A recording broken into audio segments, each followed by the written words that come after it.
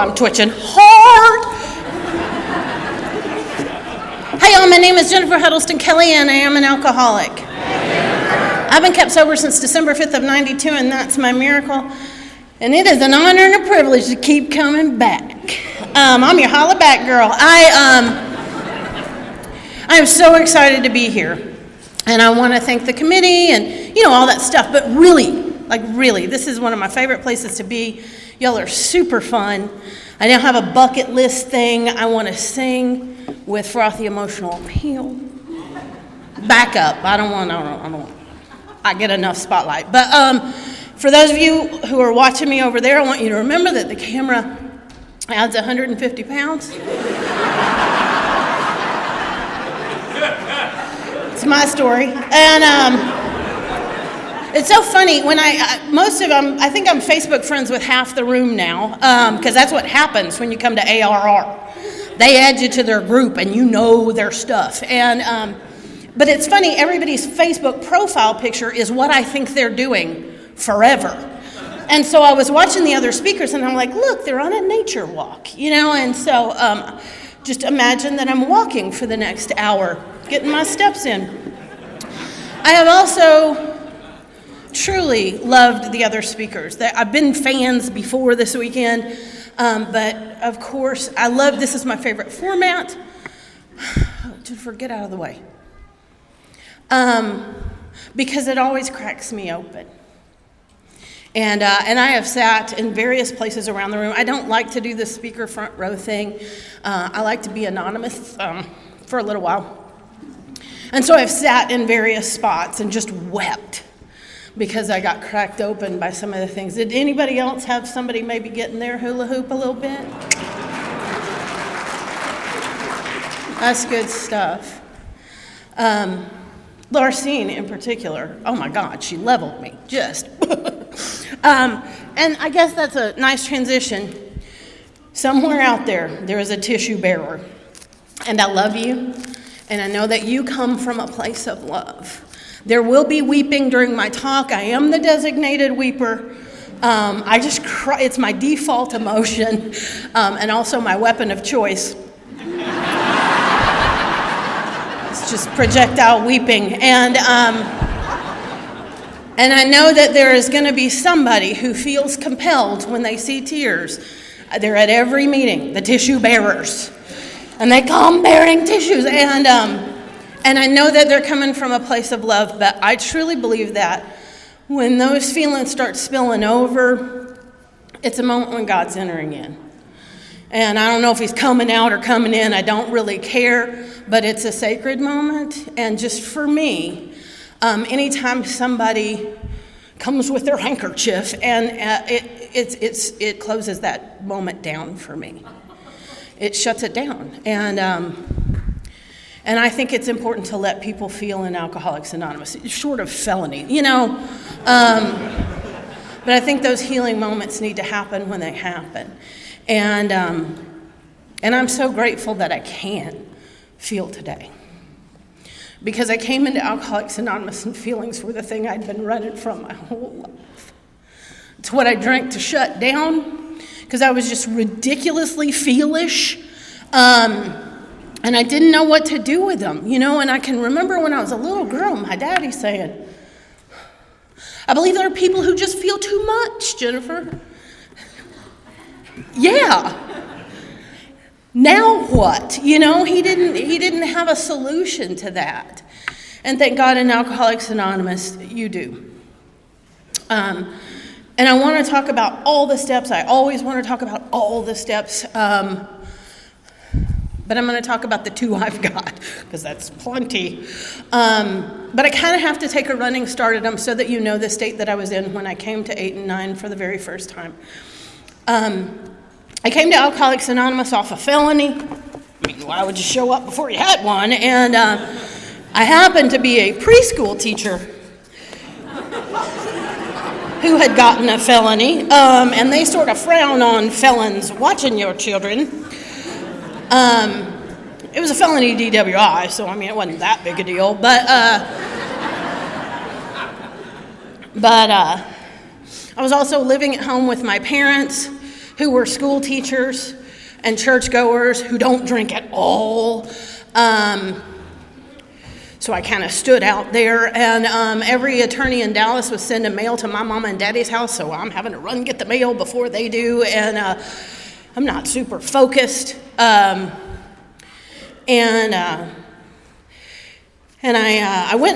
was trying to go to an AA meeting. Like, my moment of clarity sitting in a jail cell was that I probably ought to go to AA. I had a moment of grace where I saw myself for exactly who I was and what I was in that moment.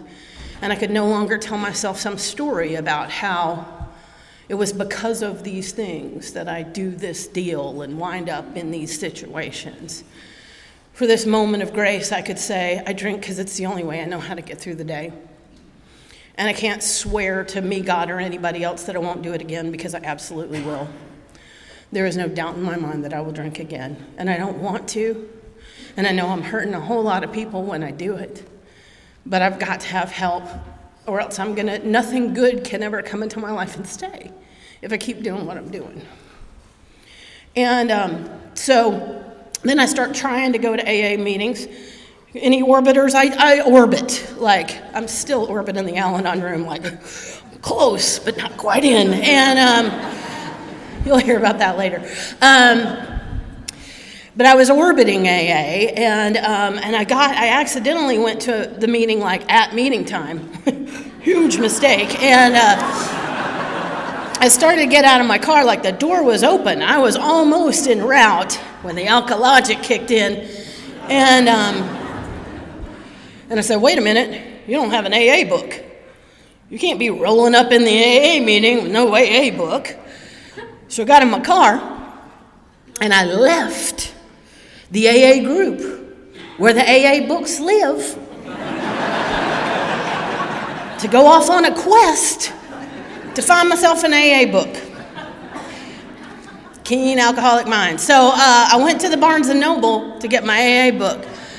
And they have an AA book at the Barnes & Noble. It is expensive. This was 1992. It probably cost $4.59. And I was not really flush at that time.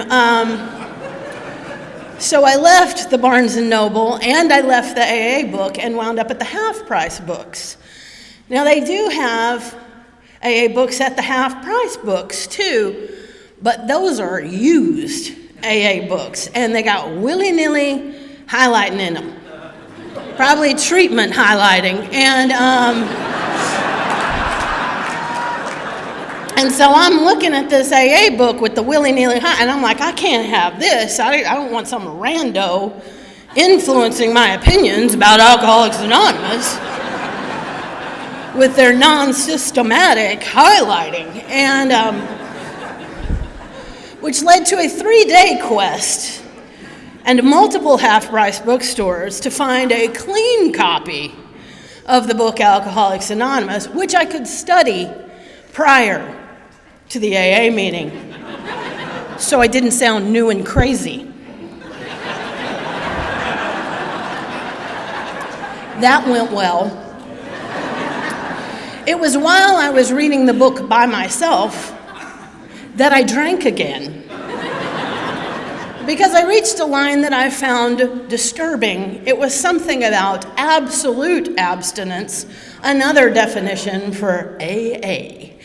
And they spelled absolute wrong. And I began to ponder the idea of absolute abstinence. And AA, before I had ever visited you, seemed like a bad idea. And so I wound up going to a bar, not to drink.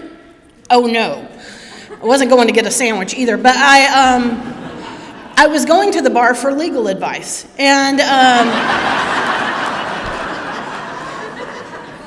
I always say, I wish I was kidding about that, but it's true. I wish I was kidding about that. That is absolutely true. I knew a guy with 8 DWIs. He was not in jail. My attorney, with my piddly 3 DWIs, had said, you're going to jail, and you're staying for a while.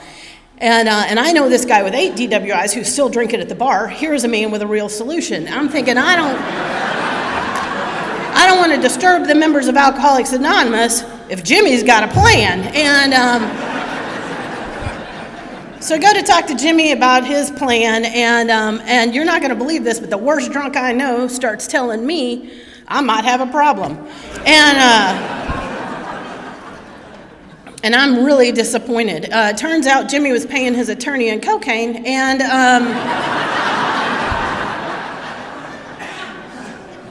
I didn't happen to have any cocaine, obviously, and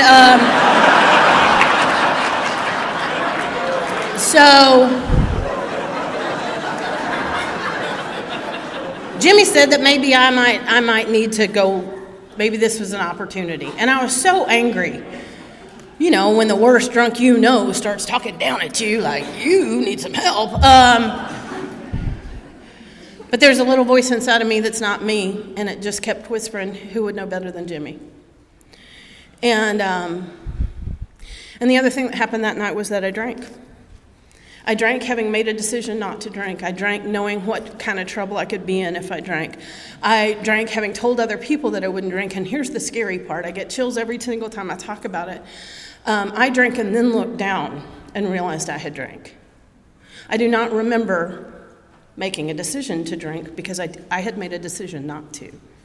I don't know how the drink got in front of me. I don't remember drinking it. I looked down and the glasses were empty. And I knew I had done it, but I don't remember anything prior to that. And I realized that I would drink whether I wanted to or not. And so that's why what you said resonated so much with me, because it wasn't a decision. I drank because I drank. I drank like I breathe. And I knew that I would continue to do that if something didn't change. So I came into AA, and I still didn't have pure motives. I was trying to make it look good for the judge. That's all I was really trying to do. It was a regrouping thing, you know. I showed up at AA to regroup. And three things happened. The first was that I sat down in a meeting and I heard a man explain alcoholism in a way that I could relate to. He said, the more I drink, the thirstier I get, and that begins with the very first drink. And I was a bar drinker, and I studied bar drinkers. And some drinkers can look at their watch and go home. Some people can look in their wallet and go, oh, time to go home. And they go home. It's weird. I've stalked them. I know they actually go home when they say they're going to. But that's not what happened to me. I had a plan every single night, and I thought I was changing my mind. And this man explained that that wasn't what was happening, that the more I drink, the thirstier I get, and it begins with the very first drink. And a drunk like me will drink more than she should every single time alcohol in any form enters my body, because there is a phenomenon of craving. And I became convinced that I was one of you, listening to one man share for about 3 minutes. The second thing that happened was that the people in Alcoholics Anonymous were kind to me. They were kind, and I don't know if that was more important than what the other guy said or equally as important. But I do know that their kindness was so attractive to me that I was willing to consider sobriety in order to keep receiving it. It was your kindness that made sobriety something I was willing to think about, whereas I had not really considered it an option until you were kind to me. And the third thing that happened was I made friends. It was great, like that fast, like bar fast. Like within 24 hours, I went to Denny's and I had friends. It was the weirdest thing ever. And I knew you were my friends because you checked up on me, because you knew my name, because you treated me with respect before I was respectable, because you trusted me before I was trustworthy. And I fell in love with that. And I got the biggest, fluffiest pink cloud ever. And if you've got one of those, surf that bad boy.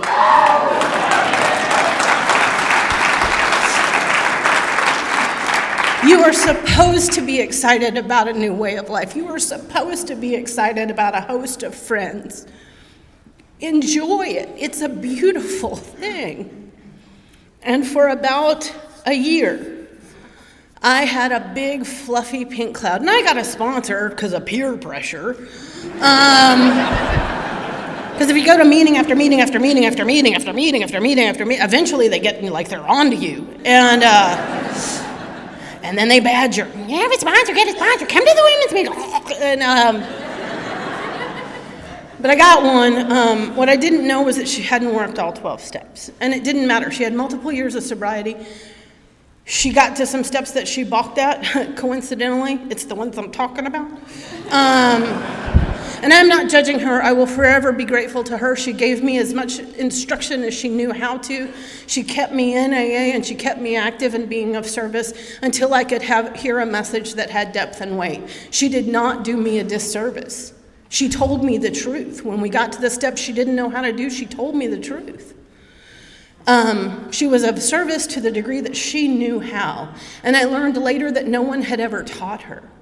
There were parts of the inventory that were missing because nobody ever showed her how. And she couldn't transmit something she hadn't got. But what happened around that was I got a chip with a 1 year on it, and I went out and found me a guy to date. Actually, he found me, which is different, and he'd been scouting me for a little while. And I didn't know it because I hadn't written a fear inventory and I didn't write a sex inventory. But he knew some information about my fear and my sex inventory that I didn't. And we went on a date and he flattered me. And he said the things that I wanted to hear. And about halfway through the date, he said he was uncomfortable because there was alcohol around. And we were both in AA and we both had sponsors. And he said we both were working steps. And so he asked if I would like to go back to his house. And I said, okay, but I'm not doing anything. And we went back to his house, and he began to take some action. And I said, that's not what I want to do. I'm not ready for that. And he said, I'm sorry, I'll stop. And he began to take some more action. And I said, I can't do this. And I grabbed my purse, and I began to leave. And he said something really flattering. And he said that he would stop. And I sat back down. I did not have an opportunity to leave the third time, and there was no confusion about whether there was consent or not. My sponsor had warned me. She just said, be careful. There's something about him that makes me uncomfortable. And I didn't listen to her because he had flattered me. And so when this happened, I didn't want to tell her because I was embarrassed and because I was ashamed. Because I hadn't acted or reacted any different than I would while drinking. Because I had a 1 year chip. And the voices were back telling me that this is just how my life's going to be because I have no worth. And because I don't deserve any different, drunk or sober. And that man continued to come to meetings, and I began to try and hang on to this secret, and I'm not good at secrets, like never. And thank goodness, because one of my friends, he happened to be a guy, it doesn't really matter, but he noticed that I was not doing well. And he asked me what was going on, and I told him the truth, and my motives were not pure. I told him because I wanted him to beat him up. That's what I wanted. But on that day, he was a sober member of Alcoholics Anonymous, and he behaved like one. And he said, you need to find a woman you can talk to, and you need to work the steps around this quick. Because if you don't, you will drink, and nobody wants you to drink over something that wasn't your fault. And I did what he said. And while I hate the actions that he took, I will be forever grateful because I might still be sitting in AA pretending I was doing AA, or worse. I might not still be sitting in AA. If I didn't have a situation that showed me I didn't have the relationship with God that I thought I had. And I got a sponsor who took me through the book Alcoholics Anonymous. And we came to a step, we did it, and we did one right after another, after another, after another, because she thought that my life depended on it. And it did. And these were the steps that I hadn't taken. And I'll tell you that when I worked with her on steps 8 and 9, I'm fairly certain that all I did was I just wrote down kind of how I thought I harmed people, and she sort of edited it because I had weird things. I gave him too much power. It's like, how do two powerless people give each other power? How does that even happen? Let's look for some new words, Jennifer. I borrowed and I didn't give it back. Let's try again. There is a word for that. Even Bill uses something goofy like, I can't remember, but it's stealing, but he uses some kind of maybe-ish. It's not really, dang it, I wish I could remember that. Anyway, it'll come back to me, at 2 a.m, and I'm just going to shout it out loud. But, And so, she edited it and she told me what to do, and I went out and did it. And the first working of the steps, it talks about cleaning our side of the street or sweeping away the debris. Really, that first working of the steps for me was just, there's a dead tree in the middle of the road. Let's drag that out of the way. There was not anything very polished about what I was doing. And one of the things that she had me do, and to this day, I do not know whether I agree with it or I think it was weird. And I can't see me telling a sponsee to do it. But one of the very first amends that I made was to the group. And she had me do an amends to the group because in that situation that I just explained, she said I didn't behave as a sober member of Alcoholics Anonymous should. Again, I'm going to scrunch up my face because I need you to know I thought that was weird. But I did it. I did it because I truly believe that 8 and 9, my life depends on it. If I didn't believe that, I wouldn't have done any of them. But I did believe that my life depended on it, and I trusted somebody else more than I trust my own head, just for brief and shining moments. And my plan was that right before I left that group, because I had decided I should leave that group, and I'm not sure that wasn't a solid decision, but I had decided right before I left that group, last meeting, swan song, I would do what she told me to do. And I would stand up and I would say, before we close the meeting, during Burning Desire, before we close the meeting, I would like to make amends. And I would say the thing that she told me to say. And then deuces, drop the mic, I'm out. And I'll never show up again, and that will be great. And that was my plan. What happened was, 2 weeks after I finished my inventory and the 8-step and whatever else, I'm at the podium at that group, and it's one of my very first talks. And I am somebody, like I need to tell you, I'm somebody who spends about 49 minutes on my drunkalog. I never mean to, but you laugh. And that leads to another story and another story. And then I'm trying to cram 25 years into the last 10, 15 minutes.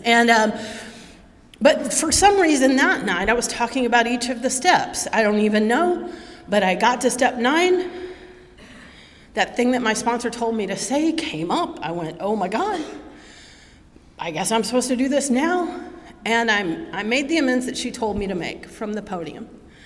And here's where it gets weird. When you're making amends to an entire group, you will receive a mixed reaction. There were the Cocker Spaniels. There were the opinions. There were the people whose sponsors made them do stuff like that. And then there were the people who just felt awkward and went and got coffee. And but here's the weird thing. After I got done with the talk, I knew I didn't have to leave the group. I didn't have to leave the group. I mean, I did, but I didn't have to. And as a matter of fact, I continued to visit that group, and I began to sponsor a bunch of women at that group. You know why? Because they saw something different.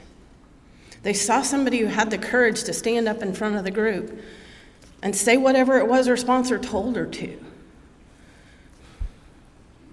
Our whole department shouts at the new prospect that we are a man with a real answer. I believe that begins with step 9. Because anytime anybody as scared and arrogant as me says I was wrong, God's working. God's working.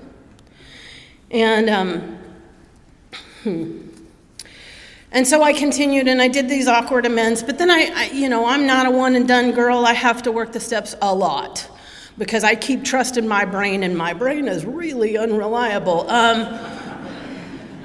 And so, as I continued to work the steps, I had different sponsors, and they showed me different things. And as one of the only steps that I really use the 12 and 12 much on at all is the 8th step. Because the big book says we subjected ourselves to a drastic self-appraisal. And there's a little bit throughout 8 and 9 in there. But I needed a little more meat for 8 because I believe we need to prepare for 9. And it tells me in the 12 and 12 that the first obstacle that I'm going to come across is forgiveness. You think? The truth is, I walked around, and I had this old idea that forgiveness was like something you were born with, like genetically you were predisposed to forgiveness or not. And I was not. I can remember I had a boyfriend at one point, and he said, he can just get glad in the same pants he got mad in. Now, I'm sitting in the truck thinking, he can. Because I have never gotten glad in the same pants I got mad in. I usually go through 3 or 4 sizes of pants before I get glad after I've gotten mad. Seriously, I remember the first time it was less than 24 hours. I was like, oh, this is what they're talking about. I don't even want to talk about how many hours, weeks, months, years I have committed to resentment. Years. And I love the things that we hear in meetings sometimes, like, I forgive, but I don't forget. Do you hear yourself when you say that? Do you? I forgive, but I don't forget. Let me tell you what I hear when you say that. I hear we have this process by which we empty out the kitty litter. You have found a particularly delicious cat poop, and you have decided to keep that in your pocket.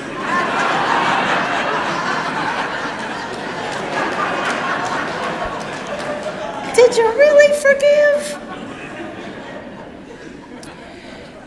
So I kind of had to do some work on the forgiveness thing because I'm really, like after the first inventory, hate was removed. Like I can't think of anybody, I probably shouldn't even say this because somebody's going to go, oh, you hate him. But I don't think I've hated anybody in a long time. Mine is wounded. I don't know about you. I love me some wound. I'm just hurt. They hurt my feelings.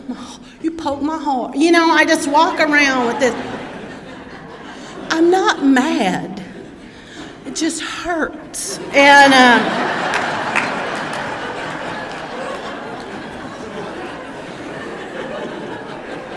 so I got to do the forgiveness work. I got to figure out. And for me, what that looks like is I got to go back to the 4th step, and I got to look at that line that says, our resentments, fancied or real, have the power to kill. Question number 1 is my belief even true? Like, can I prove, in a court of law, could I prove my story is for realsy? And a lot of times the answer is, well, I got some circumstances that we could work with, but and of course, if you got a sponsor and you tell her about this, she's going to say things like, what is another possible reason this could have happened? So, I began to explore possibilities. But even more interesting is that, especially at this point in my sobriety, I will know a story is not true and stay committed to it. I hate saying that out loud. I am comforted by how many of you are going. Illustration. I had a job, my last job where I had a boss that wasn't me, and I took this job because it was offered to me in the driveway of my home. I did not have to interview for it. I did not have to write a resume. Just, you want to come work for me? Sure, okay. And I went off to work for a guy who had a roofing company, He was a guy who should go to meetings. And he don't. And so his job before he was a boss, he ran his dad's car wash. And then he started him a roofing company, because that's what drunks like to do. How many roofers we got in here? But anyway, so maybe that's just a Texas thing. But so he starts this roofing company in Wiley, Texas, 2 weeks before the biggest hailstorm that has occurred in Texas for 50 years happens. Softball-sized hail hits Wiley, Texas. Suddenly, car wash manager is running $1 million business. Oops. And he didn't have a lot of leadership skills, and he's 25 years younger than me, and you can imagine how delightful I was. My husband and I both worked there, and he's making a lot of money, and did I mention he probably ought to go to meetings, but he doesn't. And he gets filled with fear, and there's a lot of big feelings bouncing around that office, and I tend to tell people what I think, whether they need to hear it or not. And at one point, near the end of my career there, he invited my husband to lunch. Did I mention my husband was working there too? And he offered my husband my job, and then sent my husband home to tell me about it. Imagine, if you will, how swimmingly that conversation went. My sweet, sweet big daddy comes in clueless and said, I don't know how to tell you this. I mean, Honey Badger loses her mind. And I call my sweet, sweet sponsor in Kentucky, and she starts laughing, which I'm unprepared for. I have not yet found the humor in this situation, and she says, well, what do you want to do? I said, I want to burn something down is what I want to do. Why do you think I'm calling you? I have a lighter and a set of keys. This is bad.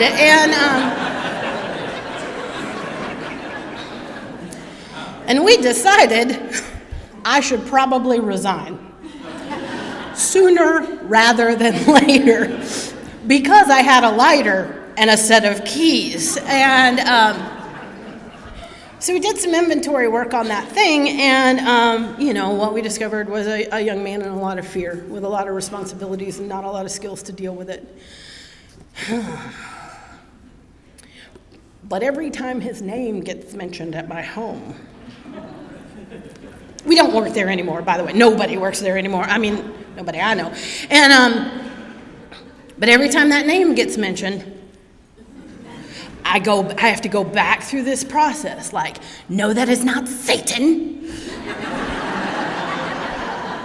That is a young man who is in a lot of fear, who reacted like somebody in a lot of fear, who needs a solution but doesn't have one. And I have to go through this because my instinct says, hang on to the evil, he's evil. And then I just hear my sponsor's laughter. Sponster. She'll love that. My sponsor. That's kind of how she sounded that day. So anyway, God, I can't go through all this stuff. There's so much stuff. So now I'm just going to tell you what I do for 8 now. I got 3 things that I'm supposed to be accomplishing with 8 and 9. One is to uncover. I'm supposed to figure out where I was wrong. And then I'm supposed to do the best that I can to repair or restore, recreate. And then I'm supposed to get a game plan moving forward so that I'm not repeating the same mistakes over and over and over again. And for me, the way that I do that is I think 8 is the key to becoming prepared for 9. And if I'm not spending some time really looking at this stuff, I'm going to go off half-cocked and I'm going to make some very insincere and incomplete amends. And this really didn't register with me until I received a couple of them. You know, you get an amends where it's like, I'm sorry for, the thing. I just want to make amends because first time I met you, I thought you were a bitch.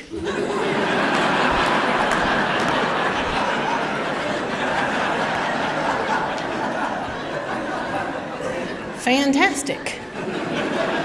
So helpful to me to know that.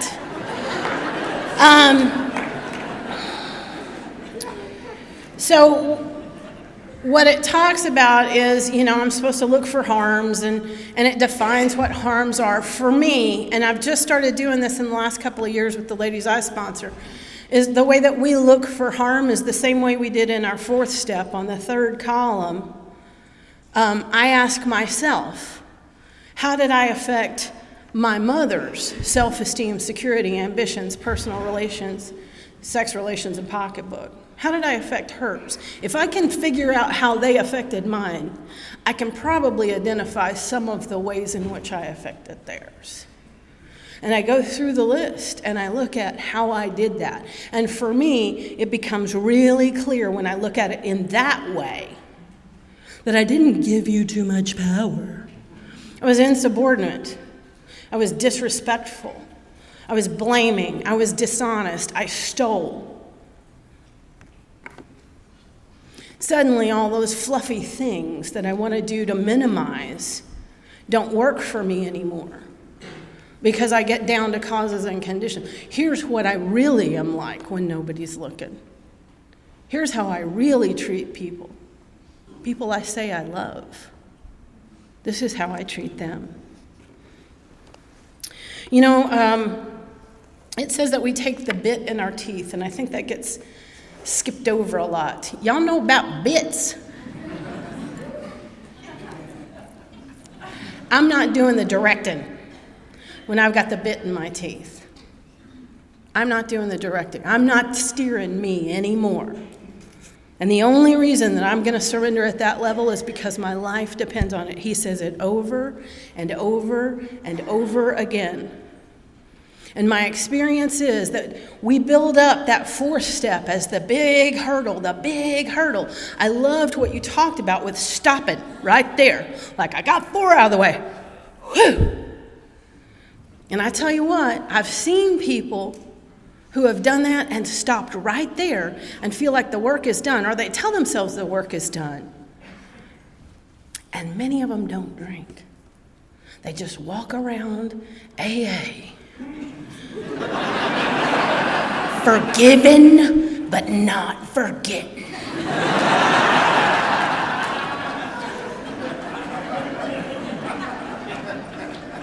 Which is really funny until they attempt suicide. Because they do.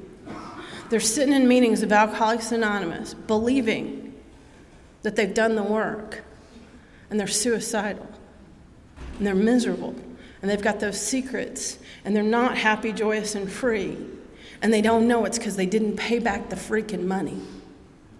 They don't know it's because they weren't willing to sit down across the desk from that employer who did more wrong to them than they did to him. They don't know that the reason that they're still miserable is that they're still valuing their victimhood more than their freedom. And the reason I know that is because I did it. I did it. Now, I made my direct amends the way that I was told to, and I'm going to tell you a little bit about that because I love these stories. I love some of them. When it was time to make amends to my dad, actually, after my sponsor heard my 4th step about my dad, she said, we're going to do something called pre-amends. It's not in the book, but you're going to do it. And I said, okay, because that's what you're supposed to say. And she reminded me, you remember you said you're willing to go to any lengths. Anytime your sponsor brings that up, pay attention. My daddy was a football coach. He was a high school football coach and later a middle school football coach. And we had broken each other's hearts many, many times in the midst of my active alcoholism. And by the time I moved home and finished up my drinking at his house, we could hardly stand to be in the same room with each other. He was afraid. I mean, the truth was he was afraid, and that manifested itself in control and anger. And I don't blame him anymore, because now I know how out of control that feels when you're watching somebody killing themselves, pretending that nobody knows. I thought he was supposed to stay wrapped around my finger, and he wasn't anymore. I thought he could love me well. I thought he could buy me out of the trouble that I was in or fix the feelings that I was feeling. And so we were stuck. And my sponsor didn't feel like we were ready to sit down and make those amends. And so she said, your dad was a coach, right? I said, yeah. She said, I've got an idea. I want you to watch a season of Dallas Cowboys football with your dad. Now, for some of you, that doesn't sound horrible. But there are two things that would make the vein in my father's forehead stick out where you could see the heartbeat. One is Dallas Cowboys football, and the other is me. And so we're going to combine those two things, and I'm going to watch a season of football with my father. And my dad screams at the TV like they can hear him. And I twitch. I cannot stand it. And so and I don't know if you know this, but like a football game is 9.5 hours long. It takes forever. And so I would sit and he would scream and I would twitch, and at all the commercials I'd go pace the kitchen and I'd say, I can't do this. And my mother would say, then don't. And I'd go, I'm willing to go to any lengths to stay sober. And I'd go back in and I would twitch and he would scream, and it was awful. It was awful. It was awful. The Sunday night meeting at my home group at the time was our big book study. And y'all, I do not care what we read about. Somehow I would tie it back into watching football with my dad and how horrible it was. So fun. Now it's funny. Oh, my God. To the wives, let me tell you about watching football with my dad. I don't even know where my sponsor came up with this stupid idea. And it was awful. And it never got better. Like, it didn't get better. Like, it went on and on. And then there were Monday night games. Fantastic. And awful. And, y'all, I got so desperate, I started praying about watching. Because it got to where the pre-dread would start on Wednesday. Like, Sunday is coming. And I'm going to watch football with my dad. And, it was horrible. I mean, and I would call my sponsor and go, I've read the whole book cover to cover. There's nothing about football in there, nowhere. And, you want to drink? You want to die? Watch football with your dad. And, so I get so desperate, I start praying about how do I live through this season, because he's killing me. He is killing me. I don't like him. He don't like me. And we both hate the Cowboys at this point. And so I'm praying about it, and an answer came because God answers prayers. And the answer came in the form of queso. I'm in the middle of praying about this football, and all of a sudden, I think, you know what? People eat queso. During football, they eat queso. I should make queso. And so that next Sunday, I bought, the crock pot. I've got the slabs of Velveeta. I come out, the game starts. I plop down a crock pot of queso for me and my dad. 2 people, crock pot.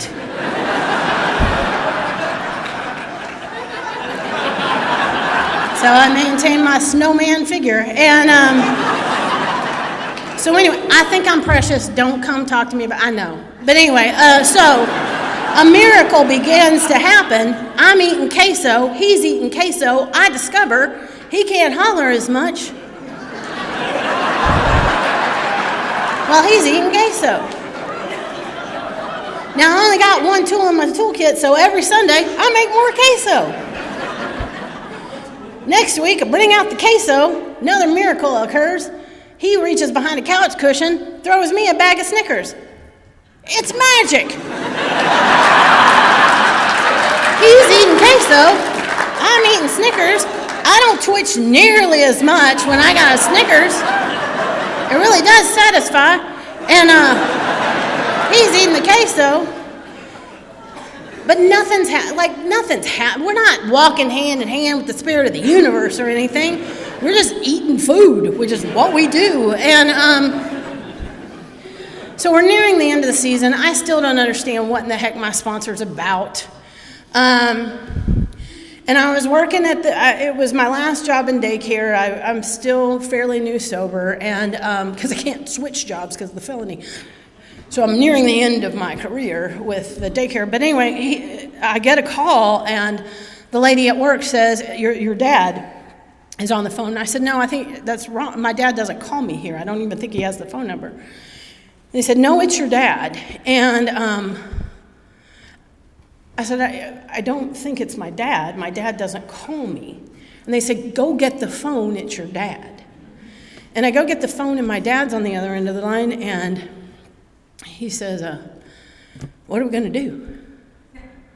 And I said, I don't know. What are you talking about? He said, this is not good. And I started thinking something's happened to my mom, and because it's the only reason I could think my dad would call me. And my dad, he says, Emmett's hurt.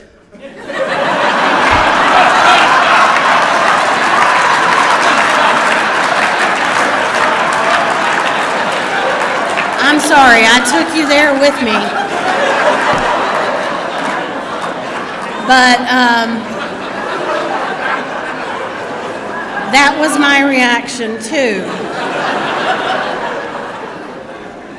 And by the end of the season, we're both eating stuff and yelling at the TV. And I never watched another full season of football with my dad. But there wasn't a time when there was a basketball game on or the Olympics. My God, we love the Olympics. When I didn't call my dad and say, hey, did you hear about the pole vaulter? Or, and we began to repair because I was willing to suit up and show up and sit down and do something I did not want to do. And then I read in the 12 and 12 when it talks about our twisted relations with other people being the root of most of our problems, including our alcoholism. And I realized that watching football with my dad has everything to do with staying sober. Everything. Now, I did make direct amends, but it was much easier after we had done that work. And we began to heal. And let me tell you why that matters. My dad got dementia. And little by slow, he left us. And I can remember being so afraid of the day he wouldn't know who I was. And I wasn't the daughter I wish I had been. I wasn't. I showed up when I could, and I did the best I could, and I prayed, but I was afraid. And then the day came that he didn't know who I was, and you know what? It was just okay. Because I have practice in Alcoholics Anonymous talking to crazy people. It's kind of funny. Nothing is wasted in God's economy. At my first home group, there were lots of schizophrenics who weren't on meds, and they were talking to flower pots and stuff, and that just became okay. And it's funny, it was kind of easier after that happened than it was when he was in and out. I knew how to do that. But the amends wasn't complete until he was gone. Because then I had to step up.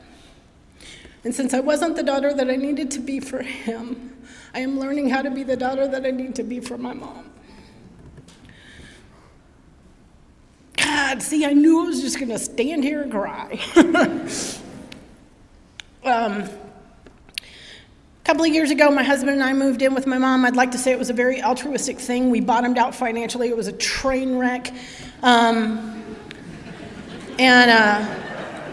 That's when I discovered my mom's a hoarder. Yay! And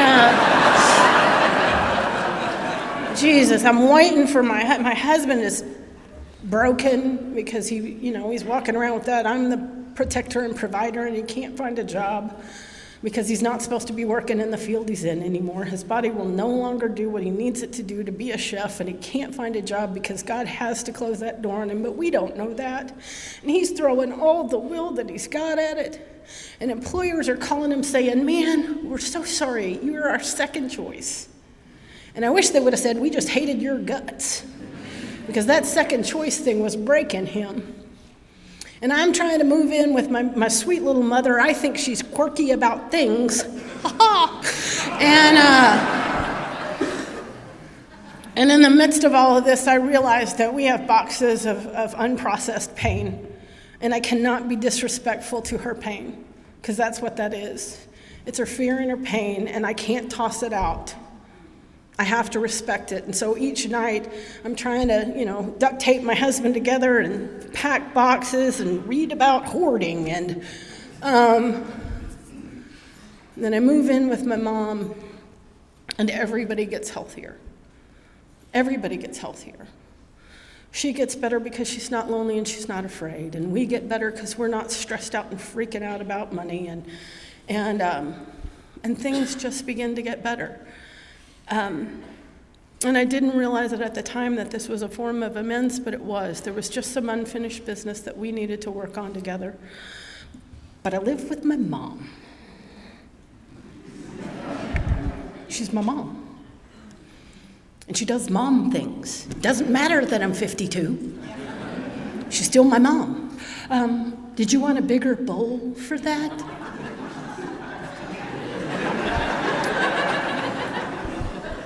Mom, if I'd wanted a bigger bowl for that, I would have gotten a bigger bowl. And of course, then on principle, I will use the too small bowl. So we do this dance, and, she can't stop being my mom, except she's a peacemaker and she's passive-aggressive. It's delightful. I married somebody just like her. So we all speak in sighs. Oh. Oh.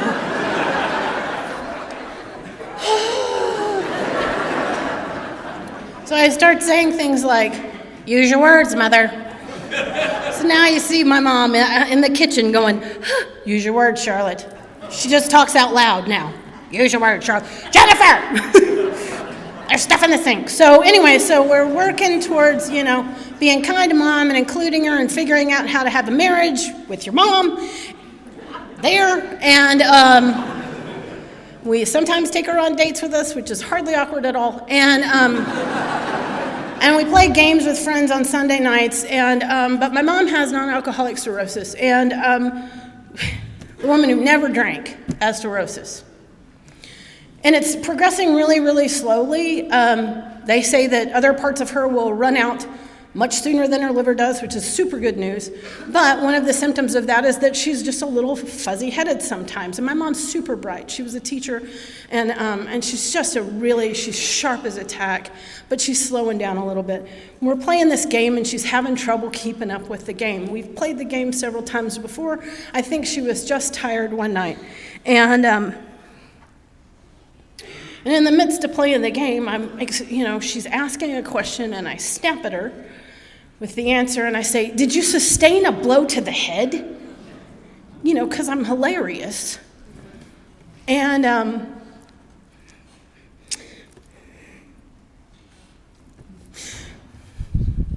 let me tell you how graceful my mom is. She didn't say a word. She said, I'm sorry. And she kept right on playing. And then when she was done with the game, she headed upstairs, and I said, good night, Mom, and she said nothing to me. And my friend said, good night, Charlotte, and she said good night to my friend. And that's when I realized what kind of damage I had done. So I went back to the bedroom and I told my husband, God, I feel terrible. And he said, well, I guess you need to make that right. And because I'm humble, I said, thanks, Captain Obvious.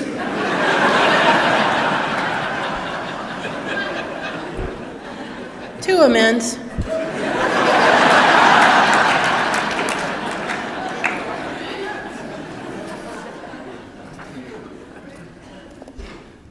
So I made amends to both. And of course, she was gracious, because that's what she does. 24 hours later, I get a phone call from her phone. And it's a fireman. And there's been a wreck. And he said, your mother is fine, she just won't get on the ambulance. But I don't know what I'm walking into. And she's only 2 blocks from the house. But I pull up and I see that the car is totaled and the airbags hit her in the face and she's all bruised and cut up. And the whole way there, all I could think about was the thing I said at the table. And how grateful I was that the last thing I said to my mom was not that.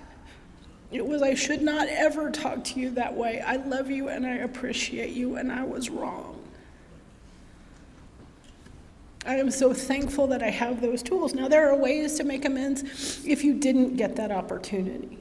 There are. And I will tell you my personal experience. I didn't know I was going to tell this story, but I will. It's probably a good place to wrap up. I had a friend named Matt. Matt was just like me. I loved him. I loved him hard. Before I ever met Matt, I heard about Matt. Because we really were a lot alike. We drank at competitive pool halls, because I'm classy like that. And I was at my pool hall, and somebody said, have you ever met Matt? You would love Matt. Matt's just like you. And I said, no, I have not met Matt. And apparently other people were saying, have you ever met Jennifer? You would love Jennifer. She's just like you. And eventually we met. And it was delightful. He was so much fun. He's one of my favorite alcoholics I've ever met. Matt would go into a blackout and he'd go get tattoos. And I love this because he'd get drunk and he'd go, I'm going to get a tattoo tonight. I'd say, cool, what are you getting? And he would say, I'm going to get a skull with a knife in his eyeball. It was always this manly crap. And then the next time I'd see him, I'd say, show me your tattoo. He said, I don't want to. Show me your tattoo. And it would be like a little hobo with a knapsack. It would be some Tweety Bird girl. Every freaking, like you knew Matt was in a blackout when he said, I'm getting a tattoo tonight. Good, what's it going to be? It was always just going to be some flames and whatever. And then it's a cupcake. And,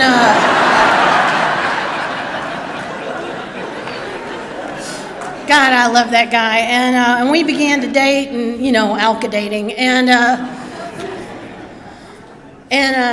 And he was just, I just loved being around him. And he said to me the most romantic thing I've ever heard. He said, I don't know if I'm just messed up or you're perfect.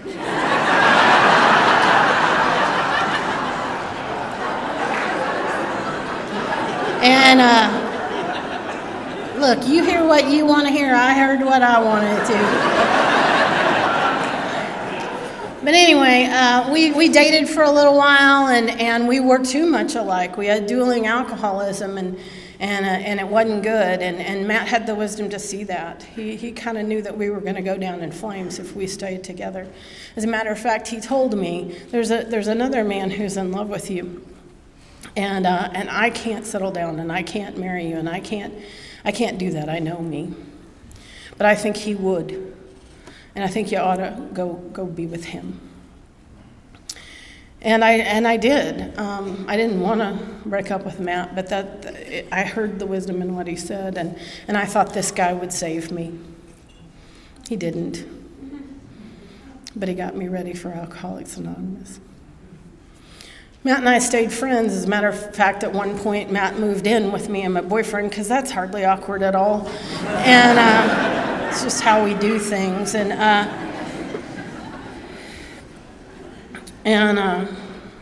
the last night that Matt was alive was the 4th of July. And he was in the bar, and he was playing the high roller, and he was buying shots for everybody. He still owed me money on the rent, but he was buying shots for everybody else. And I walked up to him, and I screamed at him about what a jerk he was, and how dare he, and this is how you treat your friends, and all that kind of stuff. And he got mad, and he stormed out of the bar. And he died in a car wreck that night. And the last thing that I said to him was really unkind. And it was hateful. And I was angry. And his death was tragic. And when it came time to do the 8th step on this, I just kept thinking, there's no way that I can ever make this right. There's no way that I can ever know if he's received my amends. How does this even work? And the worst part was that when I came to AA and I got my big pink fluffy cloud and I got my first sponsees and I learned how to do a 12-step, I could hear Matt. I could hear how excited he would be if he found AA. I could hear how he would talk to newcomers. I can hear him saying, check it out, dude. Check it out, dude. Right here in the book. Check it out. Doctor's opinion. Check it out. I mean, that's just the way he was, and he would have loved working with new weirdos. He would have loved it. Only our solution seemed worse than his problem. And I missed him so much when I first got sober. I missed him so much because I knew how much he'd love you. But it came time for me to make my amends. And my sponsor said, I want you to go someplace that you guys would go, and I want you to do something that you two would do together. And then I want you to just talk to him and say the things that you need to say to him. And so I drove around, because that's what we did. I drove around and listened to Skinner.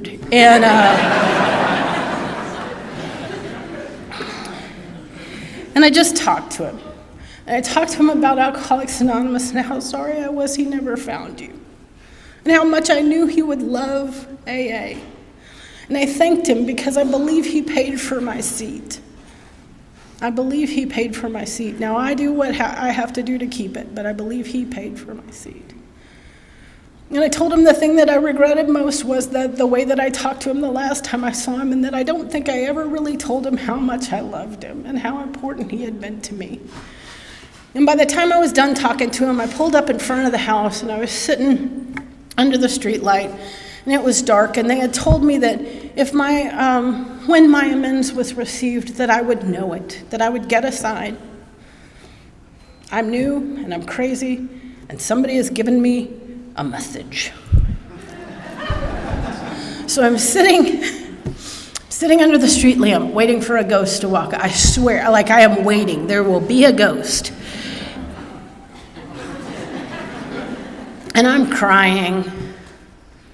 And then this cat jumps up on top of my car, and it starts meowing.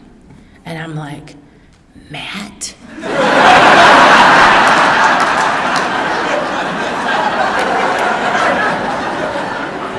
And then I start laughing. And I start laughing until I'm crying, because I'm imagining that if Matt really could see me, he was laughing really hard. And I went in and I went to bed, but I couldn't quite sleep because I kept thinking about that idea that if the amends was received, that I would know it, that somehow I would get a message. I was trying to drift off, but my head was eating my face off. I don't know if yours does that to you, but mine did. And I remembered that Matt was suicidal for the last 6 months of his life. He kept trying to give away things because he was suicidal. And one of the things that he gave me was an army jacket with his name on it. And I went into the closet and I got that army jacket and I put it on. And I was about to fall asleep and I stuck my hand in the pocket. And there was a little construction paper heart in the pocket. And it said, I love you. And I don't know where that came from. I just know I was a preschool teacher. And my medium is construction paper.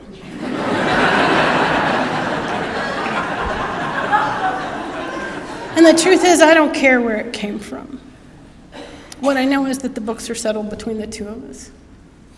That's what I know. I guess I'll tell you one more. So that ex-boyfriend that I thought was going to save my life, he had an alcoholic mother, and he had an alcoholic girlfriend who later became his alcoholic fiance. We lived in a violent home, and it was abusive, and there was screaming, and there was cussing, and there was slamming each other against the wall, and I did that. That was not him. That was me. I would wake him from a dead sleep to fight with him, and he would go to any lengths not to fight with me. And I came into AA, the victim, and I was talking about how he abused me and how he abandoned me and blah, blah, blah, blah, blah, blah. And I'm so grateful to the women in Alcoholics Anonymous who told the truth about themselves so that I could get rid of that victim idea, because they talked about the 30 minutes before he hit her. And when I think about the 30 minutes before he hit me, there's some real pertinent information in there. Real pertinent. I was the one who was abusive, physically, mentally, and spiritually. I was the one who initiated every fight. He tried to leave the house to get away from me when I was that crazy, and I followed him. That's how I did it. And when things got really fun, I would chase him down the street and I would scream at him about how I am not your drunken mother. And I was exactly like his drunken mother. And he walked around thinking if he could be good enough, I would stop drinking the way that I was drinking. When I made amends to him, I actually was going to pick up a girl at a bar to take her to a meeting. She wasn't there, he was. And I asked him if he'd come outside and talk to me, and his wife was not impressed with that idea. So we sat in a bar, and I sat across from him at a table, and I told him the things that I had discovered on my inventory, the ways in which I was wrong. I apologized for my disrespect. I apologized for how many times he had respectfully asked me not to bring up his mother. There were 2 things that he asked me not to do. I would call him stupid, and he asked me not to bring up his mother, and I loved that man. I loved that man. I wanted to spend my life with him. And I meant it when I said I wouldn't do that until I was mad. Until I was mad, and I'd like to tell you I only did that when I was drunk, but that's not true. That's not true. And I told him how much I hated that he had been so kind and so respectful to me and asked me for what he needed, and I didn't do what he asked me to do. And I asked if there was anything that I left out, and he said no. And he thanked me. And I got up to leave, and he said, "Wait a minute, that's not true." Buckle up. Will you sit down for just 5 more minutes? And I said that I would. And I was prepared to listen. And he said, "If you're going to take responsibility for everything you did wrong, then I want you to take credit for what you did right." He said, "I never lived in a home before. The house that you made was the only home I've ever lived in, and it was crazy, but it was better than any place I'd ever lived. And because I knew you, and because I loved you, people think I'm funny now. You can't live with Jennifer Huddleston and not learn how to laugh at yourself." And he went on to share some really kind things with somebody who had been physically, emotionally, and spiritually abusive to him. And I left that place thinking, if a human power can show that much grace and forgiveness, imagine how much God loves you. If you're skimping on amends, you're missing out. Because even if it's not warm and fuzzy, you get the freedom anyway. You get the freedom anyway. I just have to get out of the way. In the 7th step, it says that humility is the healer of pain. And there is no step that requires more humility than sitting across from somebody we feared and saying, "I was wrong." It's my gateway out of hell and into the paradise I get to live in today. I'm glad to be here, and it's a good day to be sober.